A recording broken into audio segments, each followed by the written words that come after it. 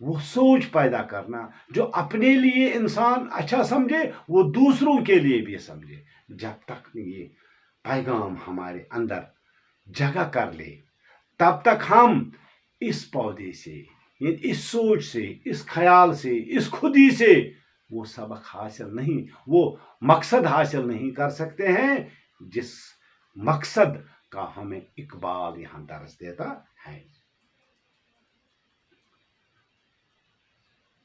ہماری اپنی خودی پھل نہیں ہو، لیکن شرط یہ ہے کہ وہ ایک اوچھے اور بے معنی سی رواداری نہ ہو جو عقیدے کی کمزوری یا تشکیش یا محض بے اعتنائی سے پیدا ہو جاتی ہے، بلکہ وہ سچی اور گہری رواداری ہو جو میں اور تو کے فرق کو بلا کر دوسروں کے لیے بھی زندگی کی وہی اچھی چیزیں چاہتے ہیں جو اپنے لیے اختلافات کے بجائے ایکتا کی تلاش کرتے ہیں، جو دوسروں کے دکھ درد کو سمجھتے ہیں،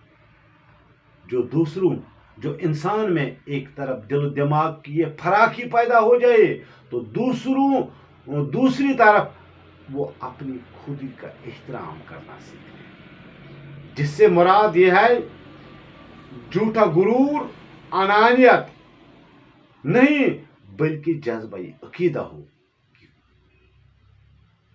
یعنی خودی ایک ایسی دولت ہے، ایسی امانت ہے، خودی ایک ایسی دولت ہے، ایسی امانت ہے جس سے کسی داموں پر بیچا نہیں جا سکتا ہے.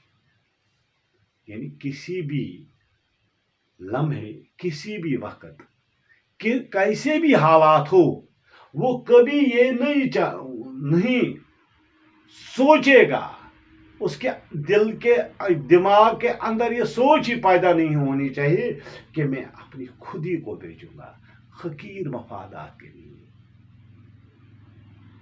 جب یہ انسان اس خودی کا مادہ اپنے اندر جذب کر کے دوسروں کی خودی کا احترام نہ کرے تب تک اقبال کا یہ نظریہ، یہ سوچ، یہ فکر تب تک یہ مکمل نہیں ہو جائے گی.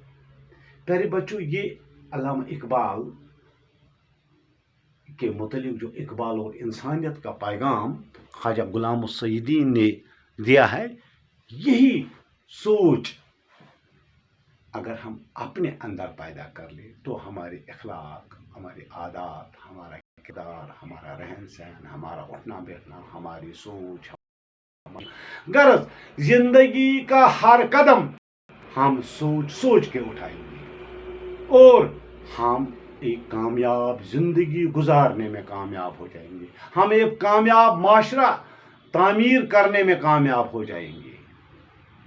ایسا معاشرہ جو نفرت سے دور ہو، جہاں نہ نفرت ہو، نہ کوئی انانیت ہو، نہ کوئی کیا ہم کہیں گے رنگ و نسل اور ذات پات کا رنگ کہیں دکھائی دے. یہ تبھی ممکن ہے جب ہم اپنے اندر پہلے خودی کا تصور کریں، پھر اپنی خودی کو بلند کریں اور پھر دوسروں کی خودی کا احترام کر کے وہ اصول اپنائیں جو انسانیت کے عظیم مرتبے تک ہمیں پہنچا سکتا ہے. پیارے بچوں، آج ایک جو حصہ میں نے آپ کو بتایا، انشاءاللہ الرحمن کل اس سے آگے میں آپ کو بتاؤں گا. باقی السلام علیکم.